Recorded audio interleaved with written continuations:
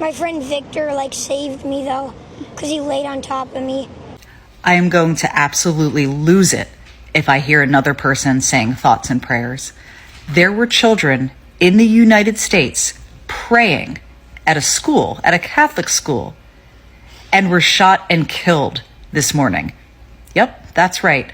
Another school shooting in the U.S.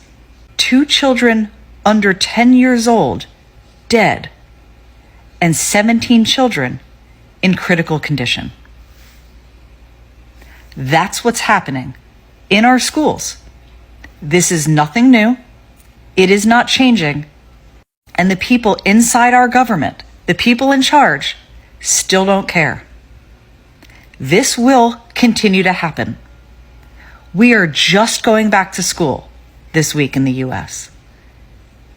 And there's already been a gigantic tragedy. When will this end? When will this end? So a trans-identifying gunman walks into a Catholic school in Minneapolis, opens fire during a morning mass, murders 2 little kids, 8 and 10 years old, before injuring 17 others and then offing himself. And get this, the shooter was born Robert before calling himself Robin, posting disturbing videos just hours before the attack, showing notebooks filled with hate against Jews, against Christians, and even fantasizing about assassinating Trump. Mind you, a lot of people on the left fantasize about that. You don't have to look any further than the comment section of a lot of my videos, all while waving around a transgender defend equality sticker. This guy literally wrote in his journal that killing children would bring him the most joy. He barricaded doors so kids couldn't escape. He had rifles, shotguns, pistols. I mean, he had the works. And here's what the media won't want to talk about. This is the second trans-identifying shooter to target kids in just a couple of years. Y'all remember Nashville? Same exact pattern. Meanwhile, the FBI is already calling this domestic terrorism, but don't hold your breath waiting for the legacy media to have an honest conversation about the role ideology here that plays out. They'd rather bury it than admit the truth. 2 Catholic kids are dead, families are destroyed, and yet again, we are supposed to look the other way.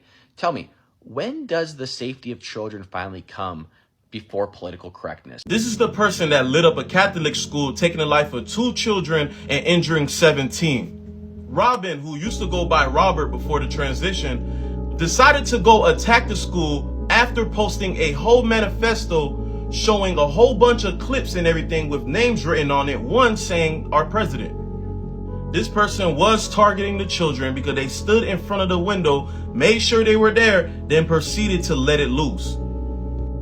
Fearing being arrested, they flipped it on themselves and caused a self-sustaining injury. Now there's arguments on Twitter where people are saying that even though the person did wrong, to mispronounce, the name that they wanted to be called or what they want to be identified is wrong.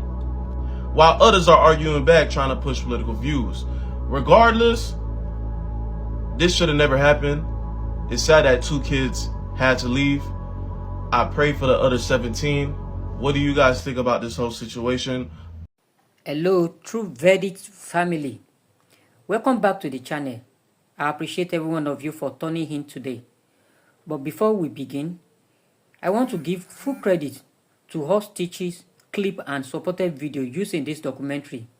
Please sit back, relax and let's break this down with clear eyes and honest truth. But we have to talk about the Lizzo in the room when it comes to this shooting that happened at the Catholic Church today. It is unfortunate, but I will say this very clearly and unequivocally that I don't want to hear none of these fake cowardice politicians get on television and act like it's just thoughts and prayers. Yeah, thoughts and prayers work. Probably the reason why this kid didn't kill more people, probably because of the thoughts and prayers. And also, you can think and pray and also do something about it. And this is the thing that makes me mad about this whole scenario. Then we're going to go through what happened and I'm going to give you the details and the updates. But what makes me mad the most about this thing is that it continues to happen and nobody is addressing the real issue. The real issue isn't access to firearms.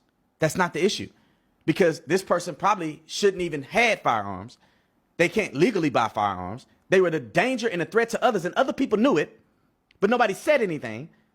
And if crazy people want to get them, they're going to get them. The question is, why don't we protect the schools so when the crazy one come there, that they'll be eliminated before doing too much damage? Why can't we create a fortress around schools egress area or just one entrance exit. Why can't we do that? Why can't we funnel in the school, gate it off, one way in, one way out, maximize security, one guy on the outside that's just patrolling around, one guy on the internal part of the school. That's all you need. One way in, one way out. At least you can have somebody contest this shooter who shot over 100 rounds into mass. 100 rounds. Unobstructed. I think the only reason he was out because he killed himself. Now let's talk about what happened.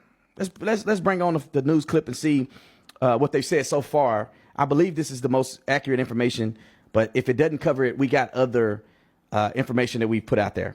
And I think before we go on, let me just say right now, they've identified the person. The person is potentially a trans person. Earlier today, just before 8:30 a.m., our city experienced an unthinkable tragedy. Minneapolis police officers responded to a report of a shooting at a mass that was happening at the Annunciation Roman Catholic Church on the block behind me. This worship service was marking the first week of school for children that are attending the Annunciation Catholic School. During the mass, a gunman approached on the outside on the side of the building and began firing a rifle through the church windows towards the children sitting in the pews at the mass. Shooting through the windows, he struck children and worshipers that were inside the building. The shooter was armed with a rifle, a shotgun, and a pistol. This was a deliberate act of violence against innocent children and other people worshiping. The sheer cruelty and cowardice of firing into a church full of children is absolutely incomprehensible. Police officers from the Minneapolis Police Department immediately responded, entered the church, and attempted to provide first aid and rescue some of the children that were hiding throughout the building, while other first responders came and EMS responded to rush victims to nearby hospitals. 2 young children, ages 8 and 10, were killed where they sat in the pews. Their parents have been notified. 17 other people were injured, 14 of them being children. 2 of those children are in critical condition. The coward who fired these shots ultimately took his own life in the rear of the church. Our hearts are broken for the families. Okay, I think we got enough of that. Now let me tell y'all what it is. Let's show a picture of the clip 6. And this is the student 2 days earlier, right? These are the innocent kids 2 days earlier. And and I'm not showing this video to make you all sad and stuff, but I just want you to put in perspective what kind of crazy deranged monster would make it his point to shoot at these innocent kids. I hate evil, cowardice people like this. You load up, you posture up to go after kids. Won't you go after grown men that'll fight you back? But you go after little kids, not even high school. You go after little kids. What happened at Catholic School has sent shocking waves across the nation. 2 innocent children, both under the age of 10, lost their lives, and 17 others are fighting for survival in critical condition. Today, we uncover the details, the failure, and the urgent action needed to protect our children. Reports confirm that the shooter was a young individual who identified as transgender. While gender identity does not determine violence, this incident marked the second time this year a shooter from the transgender community has been involved in such a tragedy. But let's be clear, school shooting in America has been increasing across the nation. This is a national crisis, not a community issue. What makes this case especially heartbreaking is the age of the victim. Children who walk into the school expecting learning, laughter, safety, instead face terror. Teachers acted bravely, some shielding children with their own body. First responders rushed in. Within minutes, parents arrived at the scene clicking to hope. But hope isn't enough anymore. We have reached a point where classrooms, once the safest place for our children has become targets. These tragedies are not isolated. They are becoming frequently disturbing. Schools are supposed to be sanctuary, not a battleground. Advice to school management and government. To school administrators across the nation, this is a time to invest in real protection, enhance security system, train safety officer, mental health response unit, emergency ready staff. These are no longer optional, they are necessary. And to government officials at every level, the urgency is beyond debate. You must act now. Whether it's improving school infrastructure, reforming gun safety policy, expanding mental health program, or strengthening law enforcement responses, something must be done now. Children deserve more than thoughts and prayers. They deserve actions. The death of these two young children should not become another statistic. Their names should not fade from memory the way others have. And the FBI says that it's treating a deadly school shooting in Minneapolis as a domestic terrorism event. 2 children have died, 17 others injured after a shooter opened fire during morning mass. Let's go live to US correspondent Marley Hogan. Now, Marley, authorities have just given an update. What more do we know? Mon, we're learning more about the victims. An 8 and a 10-year-old child have been killed, 14 other students wounded, the youngest 6, the oldest 15, and 3 parishioners in their 80s were also wounded. They were inside the church at the time. In some good news, police are now saying all of those wounded in this mass shooting are expected to survive. This took place at the Annunciation Catholic School and church at around 8:30 local time. Police say the gunman approached that church building and from the outside shot through the windows at the children and the teachers inside. They say 3 weapons were used, a rifle, a shotgun and a pistol.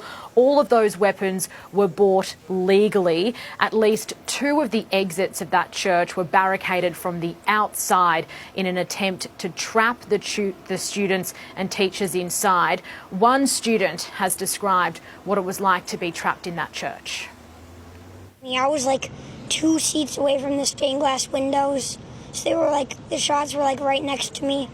The first one, I was like, what is that? I thought it was just something. Then when I heard it again, I just ran under the pew. And then I covered my head. My friend Victor like saved me though, because he laid on top of me, but he got hit. He is really brave, and I hope he's good in the hospital.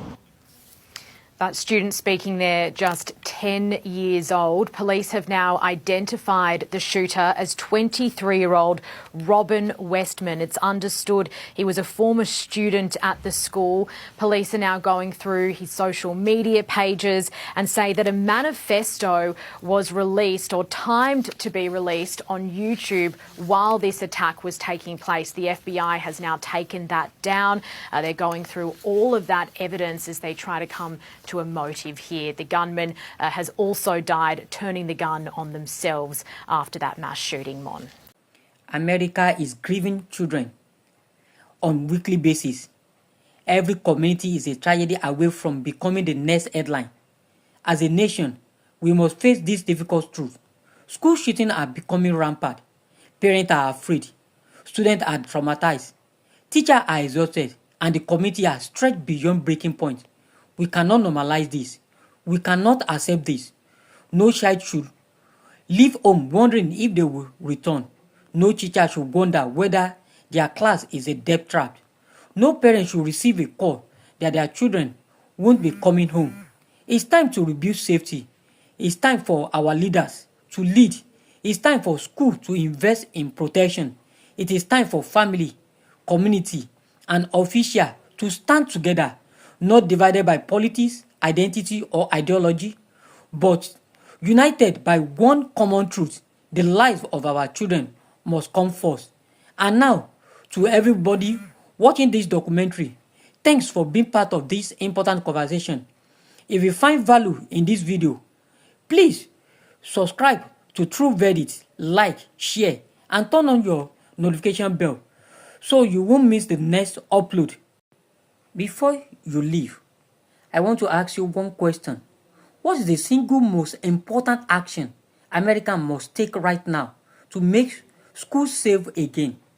Drop your answer in the comment below. We need real answer and your voice matter. This is True Verdict. Stay safe and stay informed.